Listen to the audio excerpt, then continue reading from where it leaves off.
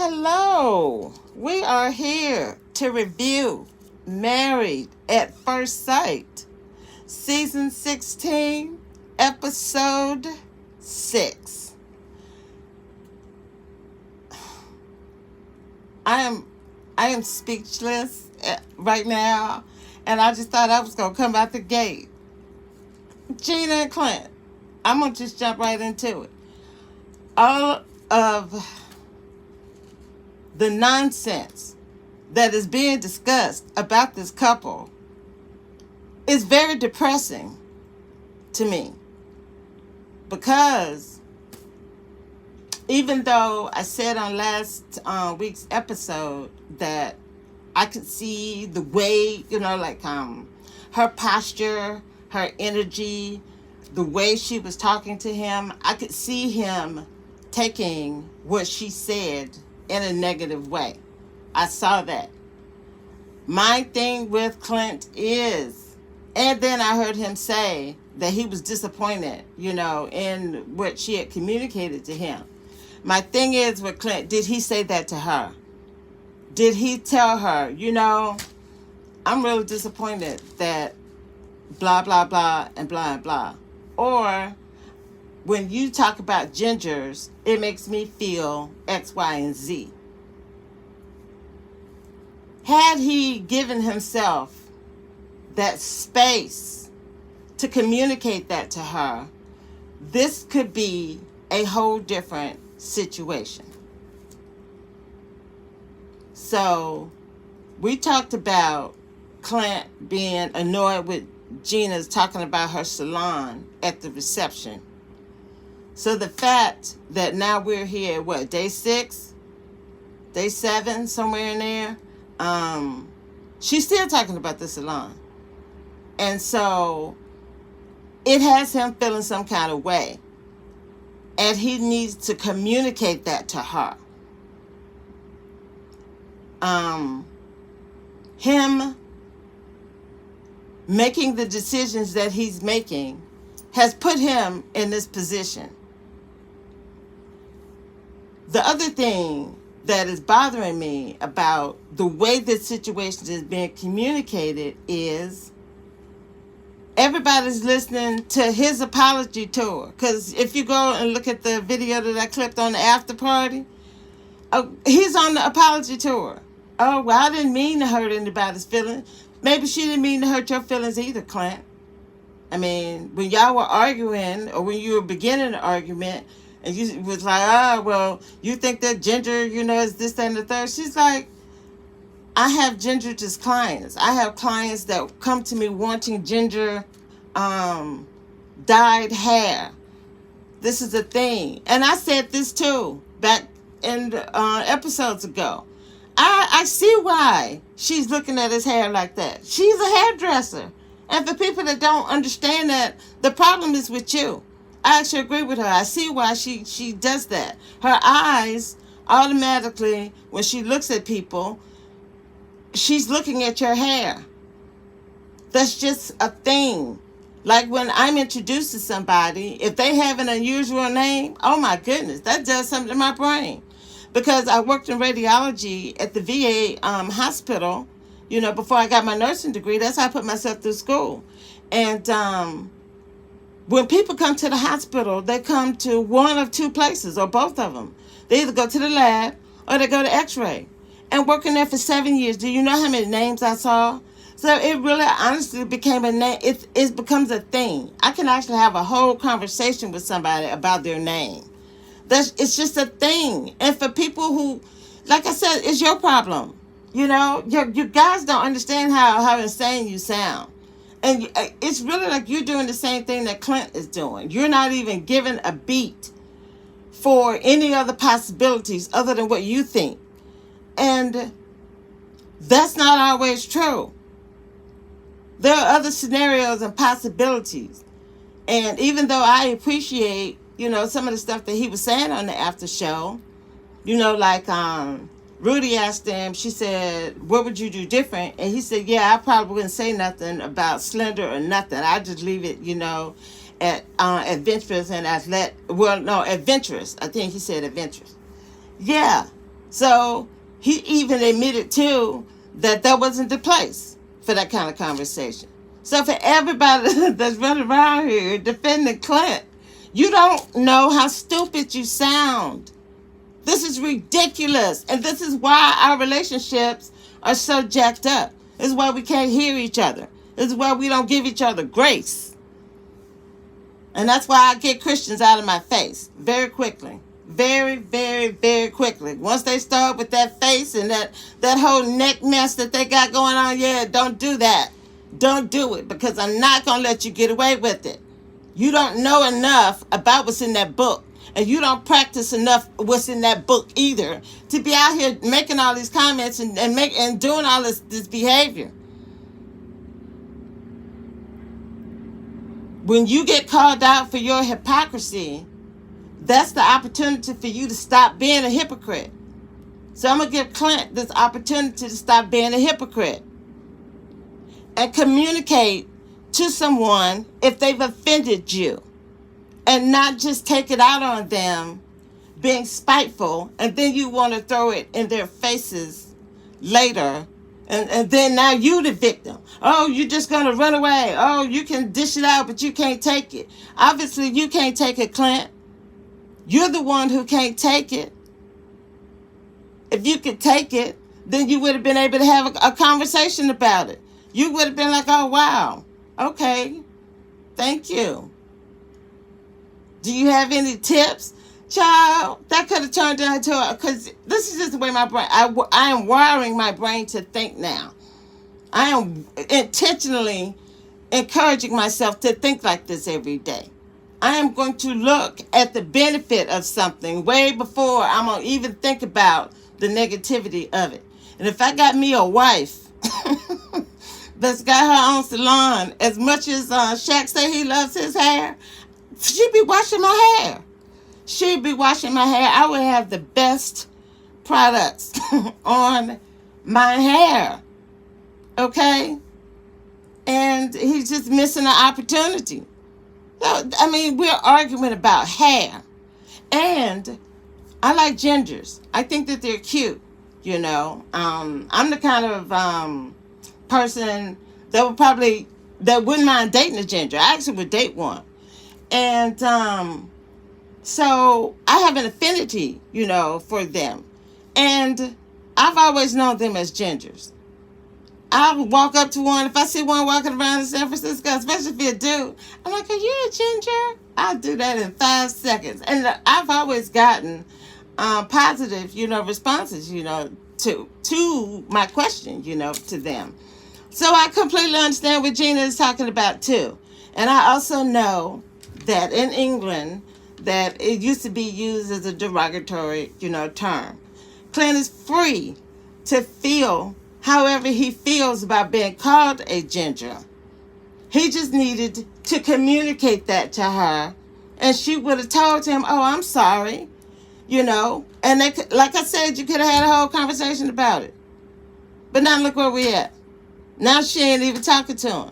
On the upcoming episode, he said, well, I apologize, and she won't talk to me. Eris is like, man, it's a wrap. But that's what happens. That's what happens when he didn't give himself this space to look at her and treat her like his wife. This is a process. This is an experiment. You've got to come in this with something else other than that mess that you had before you said, I do. All of that stuff that they're bringing into this marriage is junk.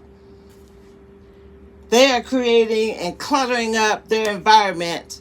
I mean, they have a clean slate. And Clint and Gina are bringing all their mess. She bringing her salon, and he bringing his ego. And it's clutter that's drowning out. They're not going to be able to hear each other. They're not going to be able to really communicate, you know, with each other. And to learn. And everybody that's out there, oh, Clint got his licks in. Oh, he got her back. Oh, Okay, I'm not doing this. I am not doing it. I ain't doing it with Lifetime, and I'm not doing it with these people out here, reviewing this show. All y'all sound ridiculous right now. It's just insane. What do I have written down here for them? I can't even get into the episode. Lord, please. Well, how much? I did a 10-minute rant. Oh, Lord. Okay. We start the episode with Clint and Gina at the pool having breakfast. And yeah, she's talking about the salon. And the thing I thought that was funny, too, is that he put a piece of chocolate. He gave her a piece of something. And she was like, oh, what's that? It was like, is that chocolate? And he said, yeah, I had to give you something. He was giving her that to shut her up. Oh, my God. I thought that was hilarious. Okay, so, and then she was talking about the salons. Yeah, I thought that was insane. And Clint wanted to be able to talk about the boat. And she even caught herself and gave a beat and said, oh, okay, well, what about you? And he actually was going to take her up on that offer. And she just clipped him up and kept on talking about that salon. And, I do feel Clint's pain on her talking about that salon. He just needs to communicate himself, about it. Okay. So what else do I have here? I guess I'll go ahead and just wrap them up completely, and then I can, just move on.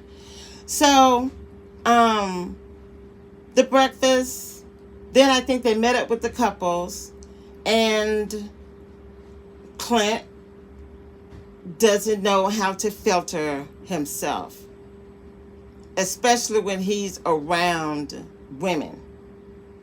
He does the same kind of inappropriate communication when he's with men and when he is with, I'm sure, just a woman. And now we see he does it when it's both of them. So yeah, he has a communication issue.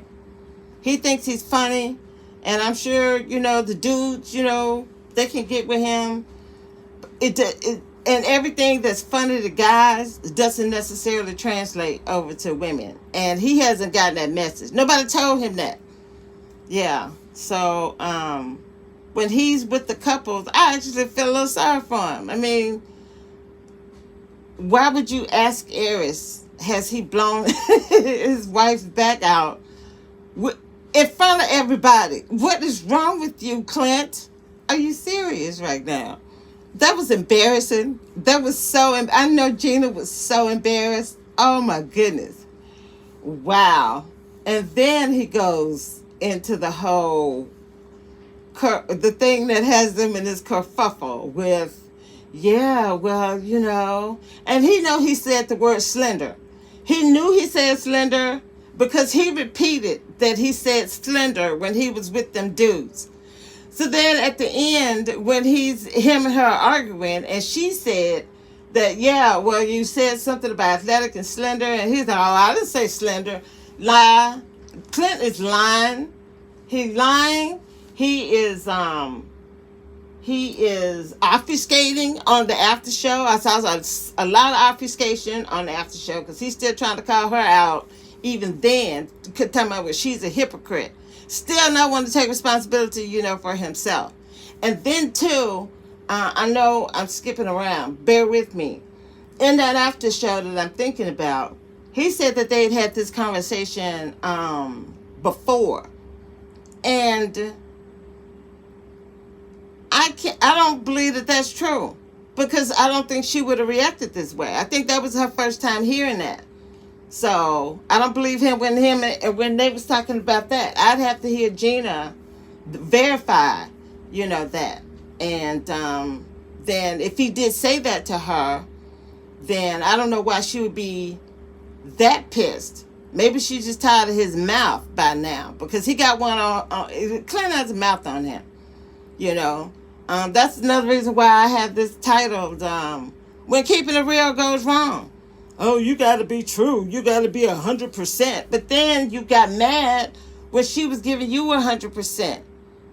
If Ginger pissed you off when she said it and the way she said it, you should have said something to her. You can't wait and let this stuff fester. And so, yeah, no, I just don't have it, for Clint on that. And then he kept making the joke. Jasmine, when they were, I think it's clipped down there, and I said that Clint and Mac need better jokes. Go look at that clip. Jasmine had to ask him, can we stop joking about that?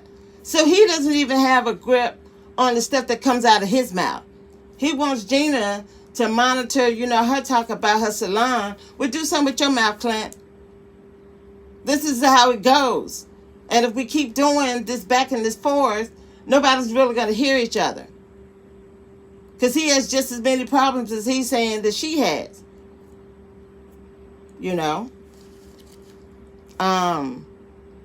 It's not like he has a six-pack. I mean, I think that he has a decent body, But come on now, Clint. Especially in these Jamaica clothes, you got. But I'm going to leave it right there. So what else did I have? Yeah, I said that he was being vengeful. I've had somebody be in my face like that. When you go back, that's going to be clipped down there because Lifetime did it. So if Lifetime does it, then I don't have to, necessarily redo it. And I think that they did a really, really good job. So I encourage you to go down there and look at it. And at that point where he is asking her, doesn't she think that the term ginger is offensive? And the way that he said it to her, ginger, that's the way he heard her say that. And that was something that he needed to let her know. Because immediately, what did she say? I'm sorry. When she realized that, okay, that he's saying, no matter what your customers have told you, I'm telling you that this is an offensive term. So she's like, well, I'm sorry. That wasn't the way that I intended it. He's saying the same thing now. He's saying the same thing now on his apology tour. When if he had given her the opportunity to apologize to him, he could have got that from her. And they could have been arguing about something else, by now. So he didn't want to hear nothing that she said. Nobody wants to listen to anything that this woman said. She said the very features that she does not like. She found herself with someone with those features that she did not like. And she's communicating to him that even though she's here, she's had experience and been able to look past that to get somewhere else in a more positive space. Nobody wants to hear that she said all of that. Everybody is stuck on gingery features. And you sound like nuts. This woman has communicated herself. I hear what she says. Listen, they did the same thing for people who are new to, my reviews. They are doing the same thing now that they did to Jasmina last season, that they did to Morgan last season when Ben didn't trust her and thought she was lying about being an RN. Instead of asking her about it and getting clarification, he made all kinds of assumptions, went and blew the marriage up because he went and talked to Justin about something that he should have been talking to his wife about. And everybody hated Morgan. Oh, Morgan this. Oh, Morgan that. And it felt sorry for Ben because he the one that blew up his marriage. And now they're doing the same thing with Clint. Clint is blowing up his marriage, being stupid. And, Clint. Yeah, go get him. Get him, Clint. Oh, get him, Clint. Don't let them do you like that, Clint. That's right. I'm Team Clint, 100%. Just ignorant. The ignorance that is out there. And I'm encouraging you again, you guys in your 20s and your 30s, you're going to have to use better listening. and communication skills. And when you do that, that's when you're going to be in the university of critical thinking. And we all need degrees in that, because listen to all this mess that is going on about hair. We're doing all this over some hair. Okay. So, is that all I have on them? Because I just can't do this no more. So let's talk about Shaq and Kirsten. I thought that, let me see, where am I? Shaq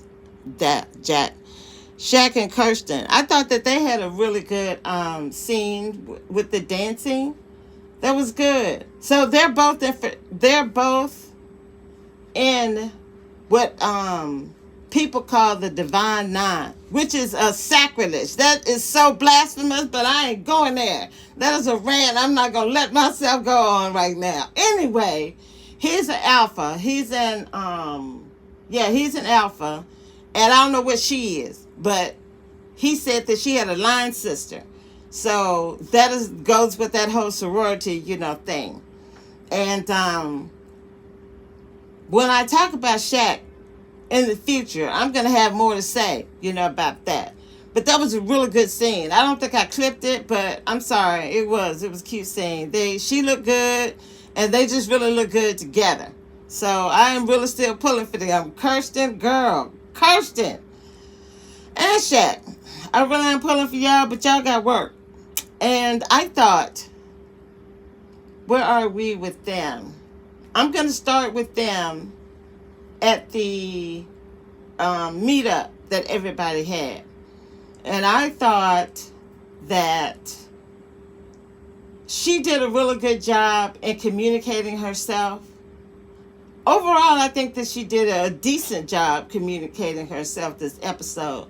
But she said that she was mad about going to Mississippi, but then she, caught herself, and now, they're in a good place. He's going to have to, step it up. And, I thought his joke, that was a good time when he was joking, that went over well, with everybody.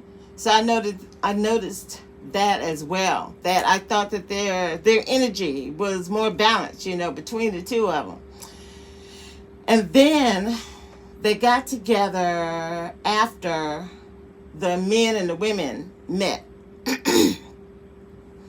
And so after that, she really kind of brought up what she talked about in her meeting with the other ladies. And I thought that was a real substantive conversation, because I saw them both assert themselves, which is really, really important in a relationship.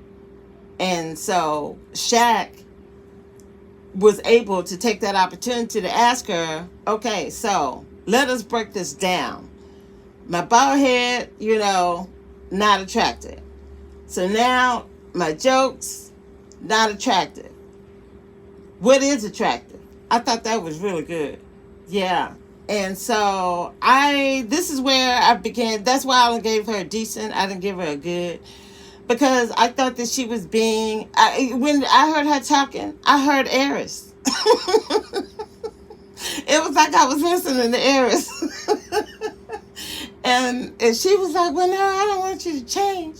I just want you to notice, the environment that you're in. And that part I did understand. She wants him to be able to read the room. Okay. If she's having breakfast and she's talking to you about bacon, she don't want you saying that that's cats that you eating. That is not the time and the place for that kind of joke. She wants to be able to at least try to enjoy her food. So I see her in that, instance. My question for Kirsten, it's the same one that I had when I was talking about he had to ask her the perfect question. So when he's himself, and it's something that you don't like, what he does not want is for you to criticize him.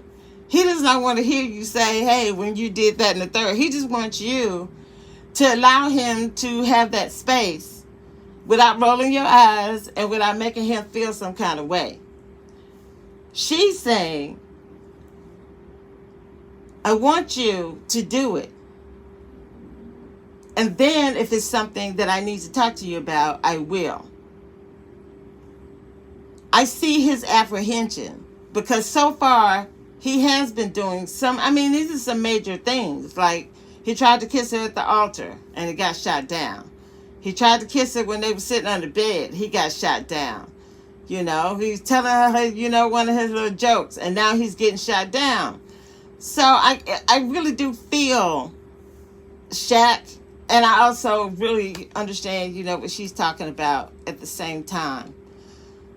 I hope that he really is able to take what he sees happening with Clint and internalize, some of this. If he can, that's going to save him. That's going to save him a lot of time and energy. I was disappointed with Shaq when he took a position on whether he thought that Clint was wrong. This is a very delicate time in all of their marriages, and you just need to just let it sit. Some stuff you just need to let sit. You don't have to feel one way or another about it. And I don't like the taking sides.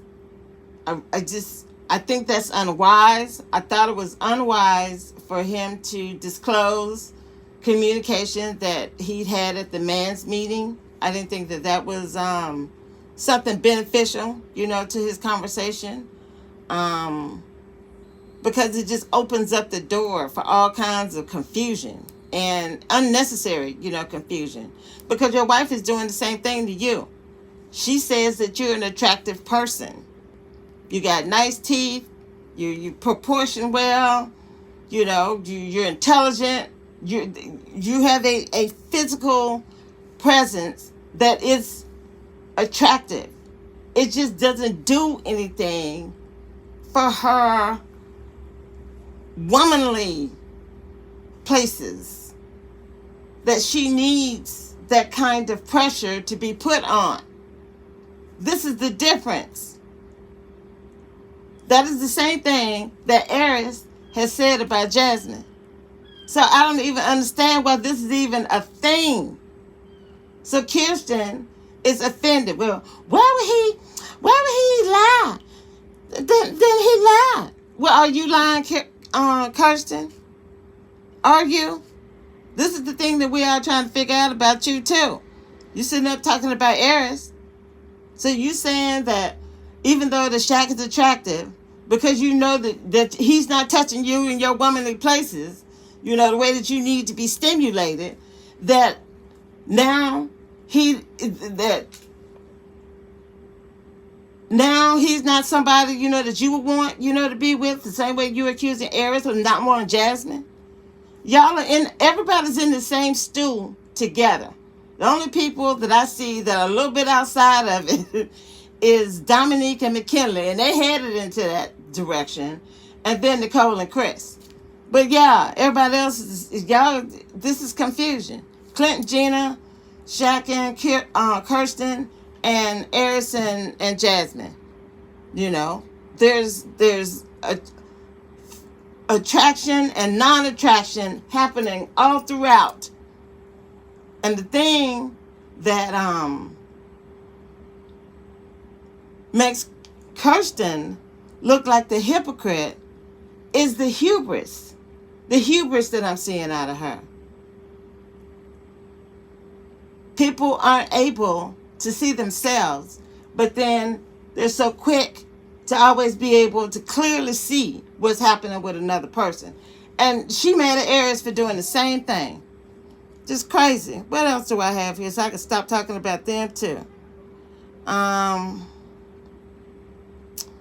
Yeah.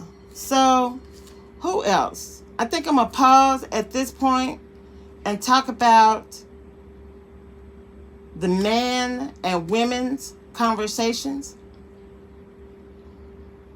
When Shaq was at the men's conversation, he was communicating what he understood from Kirsten at that last dinner that I talked about on the last video. And he did a really good job. He understands what she means by talking at and talking with her. And I thought that was really beneficial. I did see, I don't know, I'm not going to talk about that.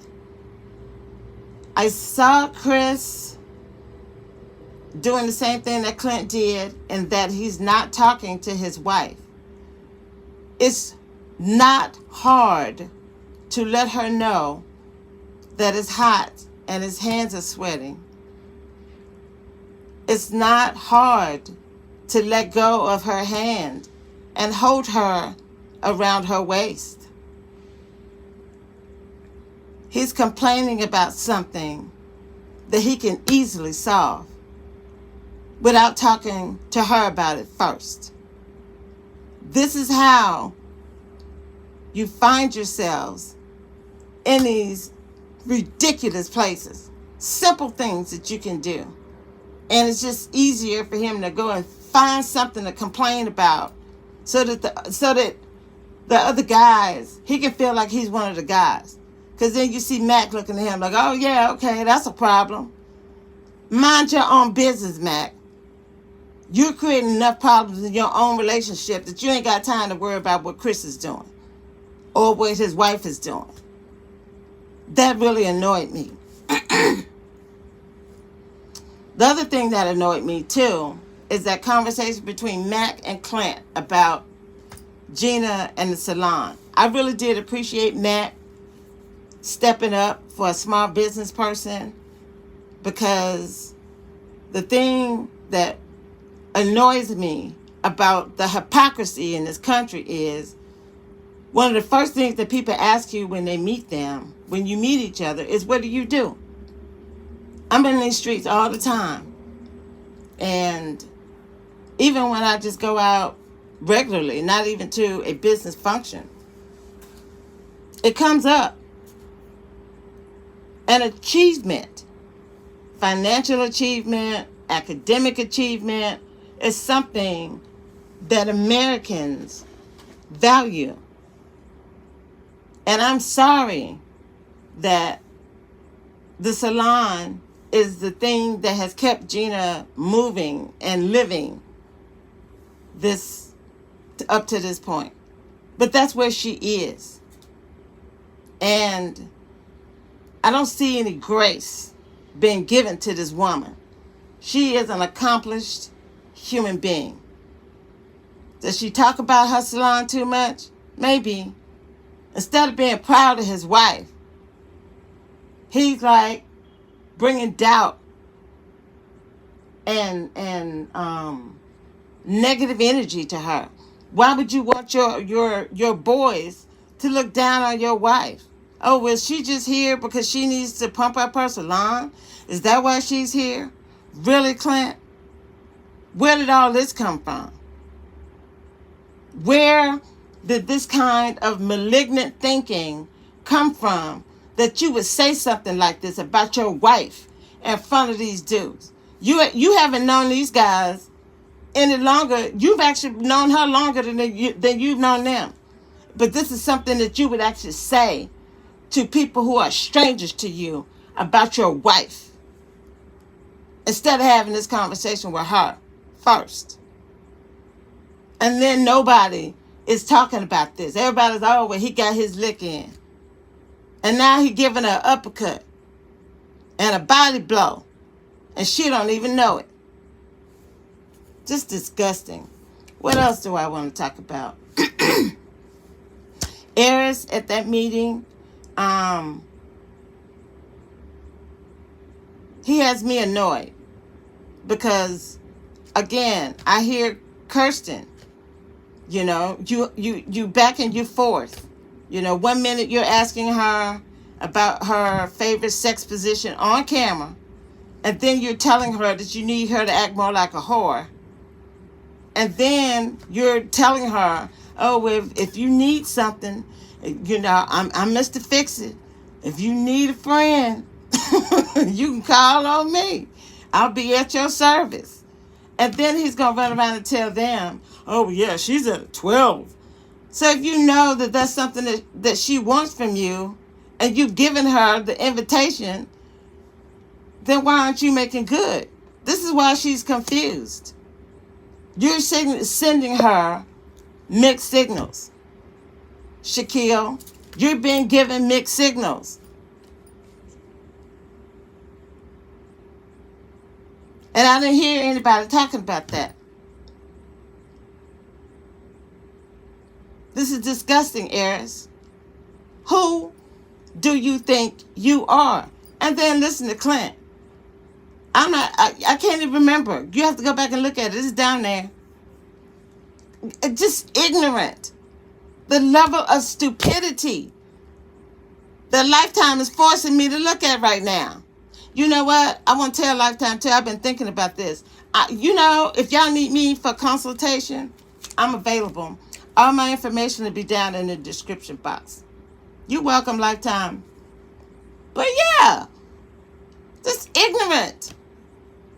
And then you got a man like Mac that's got to stand there and take up for another man's wife and call her beautiful and say he thinks that she looks great. And everybody's looking at him like, oh, really now? Is that the way you feel about Gina? But at least he's standing up for this woman. Her own husband ain't doing it. Her own husband is out there dogging his own wife like she's some chick he just met at the bar.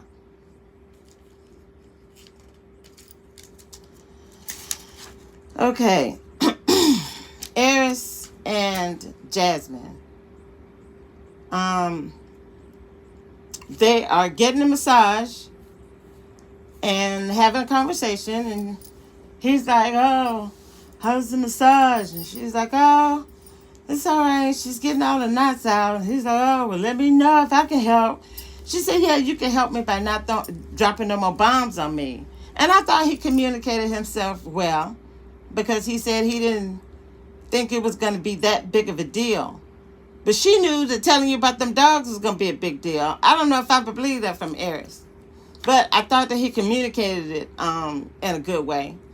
And that's when he started, that's when Jasmine was telling us about the hot and the cold that she's getting from him and how she's confused.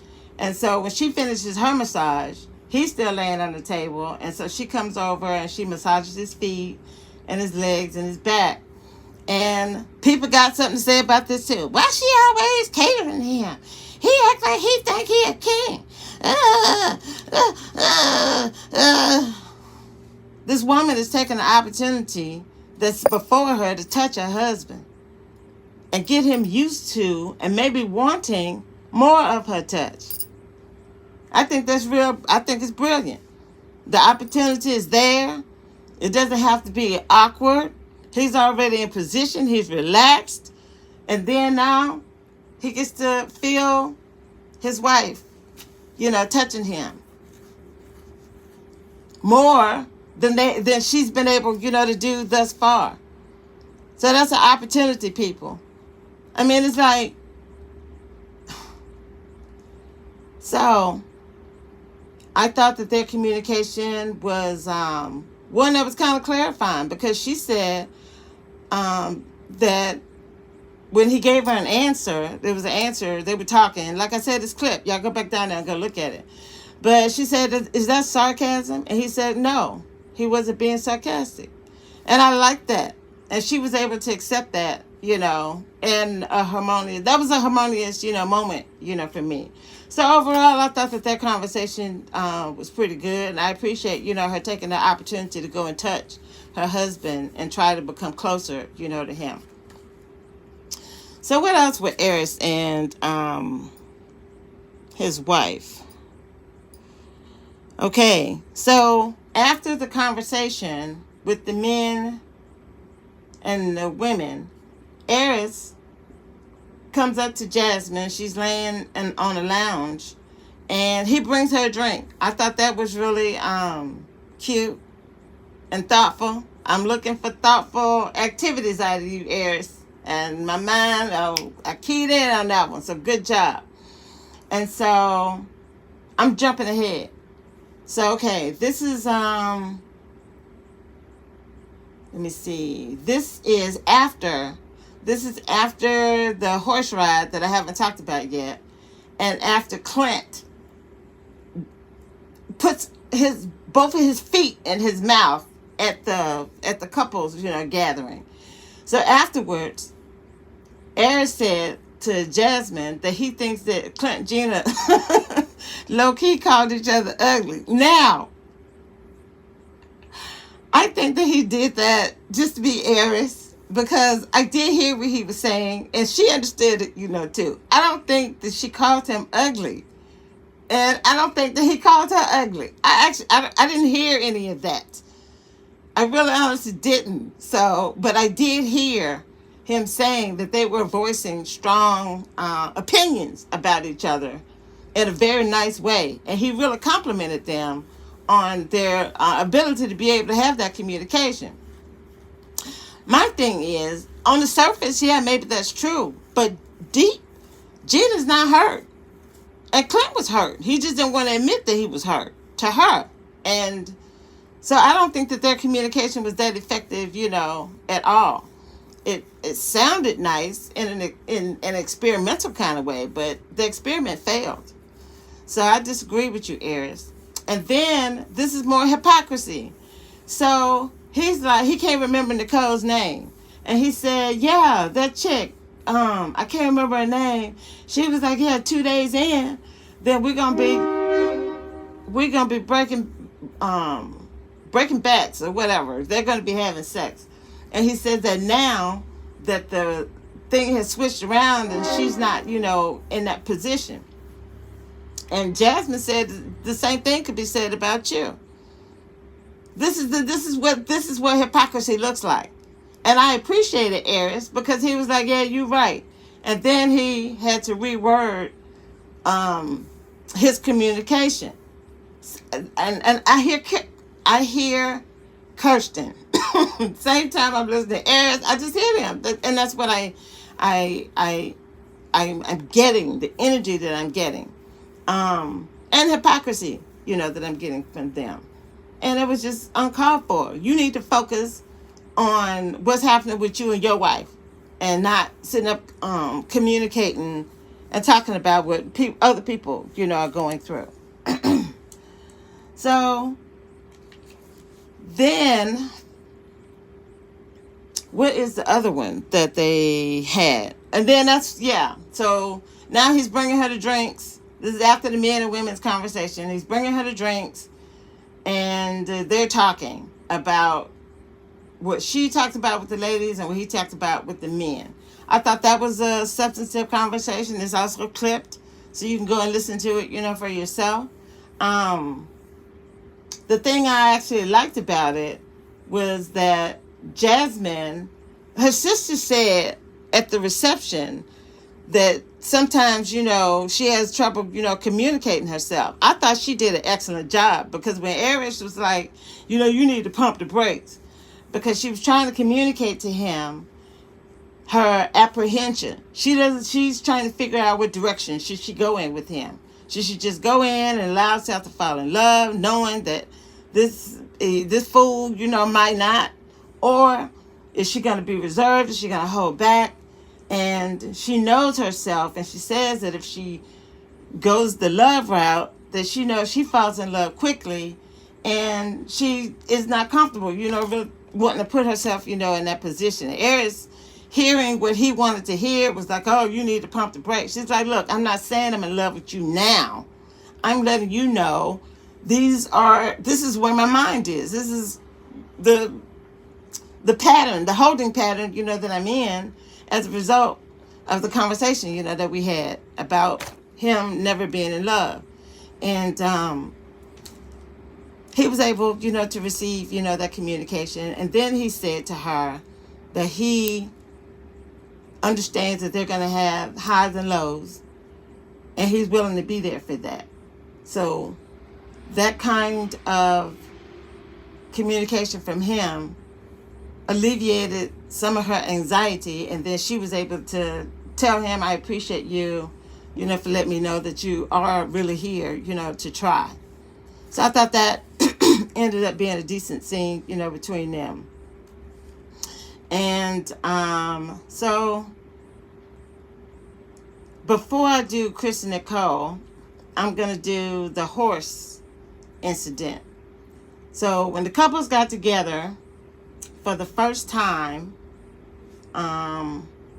since they were getting ready to get on the plane, yeah. And then Eris was out there talking about how he was wanting to get in with his wife at the elevators, down in the lobby before they got on the plane. So yeah, Eris, just go have a seat.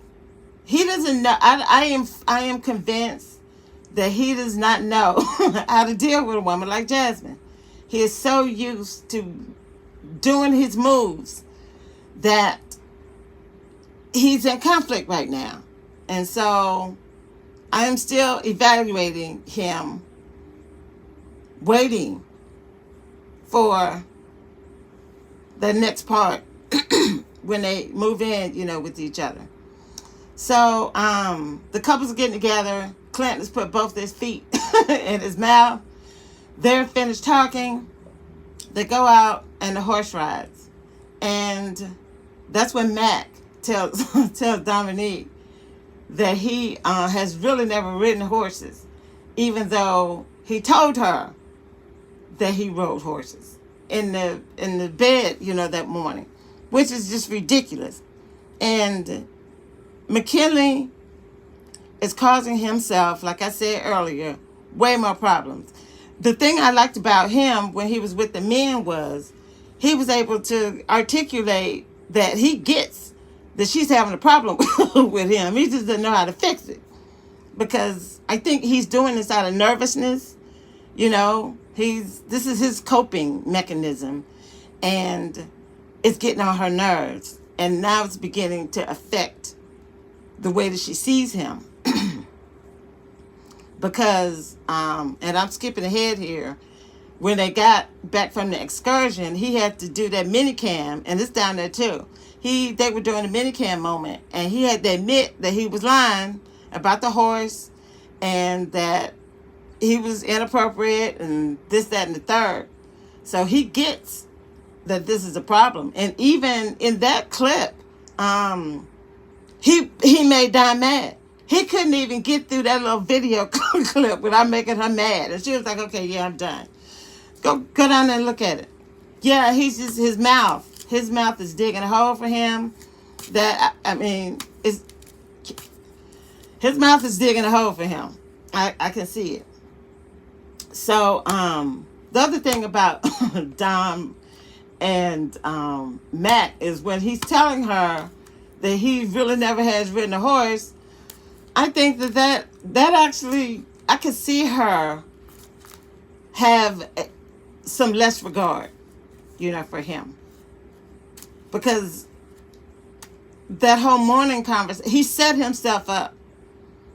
So by the time he apologized to her later, he really did himself some damage.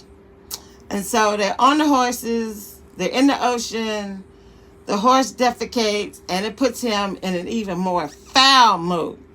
Foul. And you can look at the outtake afterwards. He was still in a foul mood. So the hole that I see him digging for himself, because I understand what happens when somebody gets on your nerves. When they hop from one side of the lever to the other, it's like flicking a light switch off and on. Once that joker has been activated, it's hard. It's hard. And I think it's only making him more nervous. It's almost like when the one person has decided they want to break up, and the other person can feel that person wants to break up, so it makes them more clingy instead of them being able to correct themselves and move on and do something, else. They exacerbate the problem. And that's what I'm seeing, out of Matt. I feel sorry for him, man. I really honestly do. So I didn't talk about Dom at the women's thing, and she was communicating the same thing she's been telling him. And I just really, one of the things that I'm looking at in this whole situation, especially this episode, is that I actually see Dom as being more mature than Matt. And a lot of people was like, and even myself included, I was wondering, and questioning um, about her, being on here. I didn't think that her maturity may, be at that point, but I actually have to give it to her. Um, yeah. So when she was talking to the ladies, that was just some energy, that I picked up on. It's also clipped down there. You go look at it. And at the end, when they are cutting their initials in the bamboo, and he had to sit there and look at her in her eye and communicate clearly to her. I like that. I mean, I had to give her A. I had to give her A for that whole scene. Her facial expressions and everything. So, yeah, I have to keep my eyes on Dom. And then I actually liked her communication too on the after show. So that's clipped down there, and I encourage you guys, to go and check that out too. So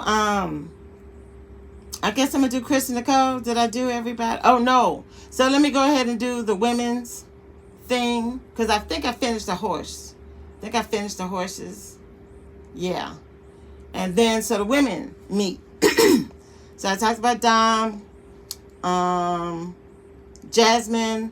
Dom asked Jasmine, she was like, girl, are you okay? You was quiet yesterday. And Jasmine, she was talking about her situation. And I like that Gina thinks that Eris is really cute. So Eris knows how to behave himself in front of company. That's some lessons that he could teach Clint. So it seems like Eris and Clint have a bro relationship. So maybe Eris would be able to give Clint, some pointers. Yeah, because that boy is in trouble. So, the women's event, I don't think that, did Nicole talk about Chris? I can't remember if she talked about Chris. I know that I remember her talking to Gina about Clint. And she was talking to Jasmine about Eris as well. And I think she was responding to Dom and Mac. And so Gina was letting everybody know that she doesn't know how she's going to have this, communication with Clint.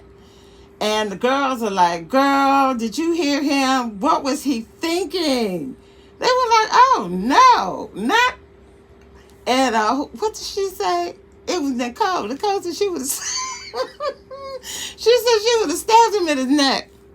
Girl, no, don't stab him in his neck, Nicole, no, please. And so I thought that was funny. So yeah, they told her how they felt about what Clint said. And Gina was just saying she didn't know how she was going to be able to process where she is and what that conversation, that future conversation with him about this is going to look like. And so I'm going to talk about Chris and Nicole before I get to an hour, because I'm at 53 minutes now. And I thought that they, again, are doing their substantive conversations. I would love to see them laugh, more together. And I don't know. I put the hammock scene down there for you guys to go and look at. They were sharing, their past experiences. And Nicole is telling him, even though sex is important, she still appreciates where they are in their non-sexual pattern. It's comforting, to her. She feels desired. He's letting her know, it's been a while since I've been in the game. Don't know if I still got it. And that's kind of, messing with my mind right now. So they were able to kind of chop it up, about that. I thought that was a good conversation. I also thought when they did their kayaking, I don't think I would have been any better. I would have had to figure out, you on this side and I'm on this side, and, which is more comfortable for me and you, which way we're going to turn the boat. I don't think I would have done any better, than them, but I thought it was cute that they didn't give up and they were able to go out and come back, successfully. And I love the conversation that they had. He was putting the word on her, and she was telling him about an experience where it wasn't somebody splashing water on her arm. It was them putting it in her face. And she said, yeah, she can't do that. The arm was cool, but she needed him to know, don't do it, in my face. That is a no. This is a no zone. So I thought that was important information. And she did it at the time. There was correction at the time. Okay, that's cool. But let me tell you, let me hip you the game and let you know that this is not a good scenario, to do that in. So that was good. And so they talked about how they were gonna do laundry chores. People are, feeling some kind of way because he's a guy who lives in an apartment. I don't even know how close his laundromat is, because in San Francisco, our neighborhoods don't always have, a laundromat, that's close by. Not that I'm excusing, his laundry habits. I'm just saying that everybody doesn't function, the same way. He's not in a relationship. Those dogs are his relationship at this point. And he's let himself, go. But I'm sure that once he's, together, with Nicole, because they seem to be cohabitating well now. Doesn't seem like she has any problem with what, he's doing now. So I think that they'll be able to figure it out once they get to the shared apartment. And then from the shared apartment, then they can, figure it out when they bring the themselves in one apartment, together. So it's a step-by-step, process. A lot of people out there in relationships, and y'all got friends and stuff, and you have families. There are a lot of people in this country who are lonely and don't have the kind of social abilities that a lot of other people, have been blessed with.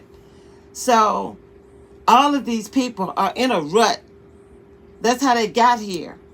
And in order for them to get out of the rut, it's going to take a while. It probably took him a couple of years to fall into that rut. But he's there now.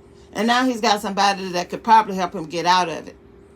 And so this is the way that I try to approach things, especially as I get older and I see so much disconnect and really just the thirst to just jump on people when I don't see Chris as any less of a human being because he only does laundry, once a month. I don't, number one, have enough information. And number two, really, it's not even my business. I mean, he's happy, the dogs are happy, okay. And then, like I said, Nicole will be there to actually help give him encouragement and pull him, out of that rut that I'm sure he finds himself, in. So, yeah, I thought that kayak conversation, was really good.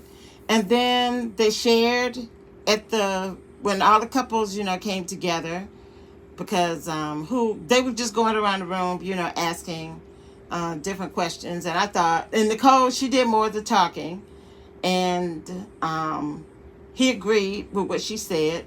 And then at the boys' conversation, he was communicating, like I said, his annoyance at hand holding in the heat. But then he said, no, overall, she's great, and that he's, that they're getting to know each other, and he feels like that they're in a good place. And then he was saying something, and then here go Clint with his mouth. When Nicole, she's a firecracker, and you better watch out. She's gonna try to jump all over you, and this, that, and the third, or whatever he was saying. Like I said, it's clip. And Clint, just because that's how you feel about your wife, don't turn around and try to turn this man's mind against his wife. He's old enough to make his own decisions about how he and his wife are going to conduct their brand new relationship. You need to be focused on your jacked up relationship with all them hoes that you put in it. And Chris did an outtake, and he was like, yeah, that's his Clint. We just let him, do his Clint thing, just to let him, I guess, have his whole, alpha, how They letting him do it. Just inappropriate. Clinton's inappropriate no matter what gender he's talking to. Period and point blank. And I'm thinking, what else with Chris and Nicole? I can't remember anything right now. But they've given us clips in the next episode to say that Chris is going to have something going on.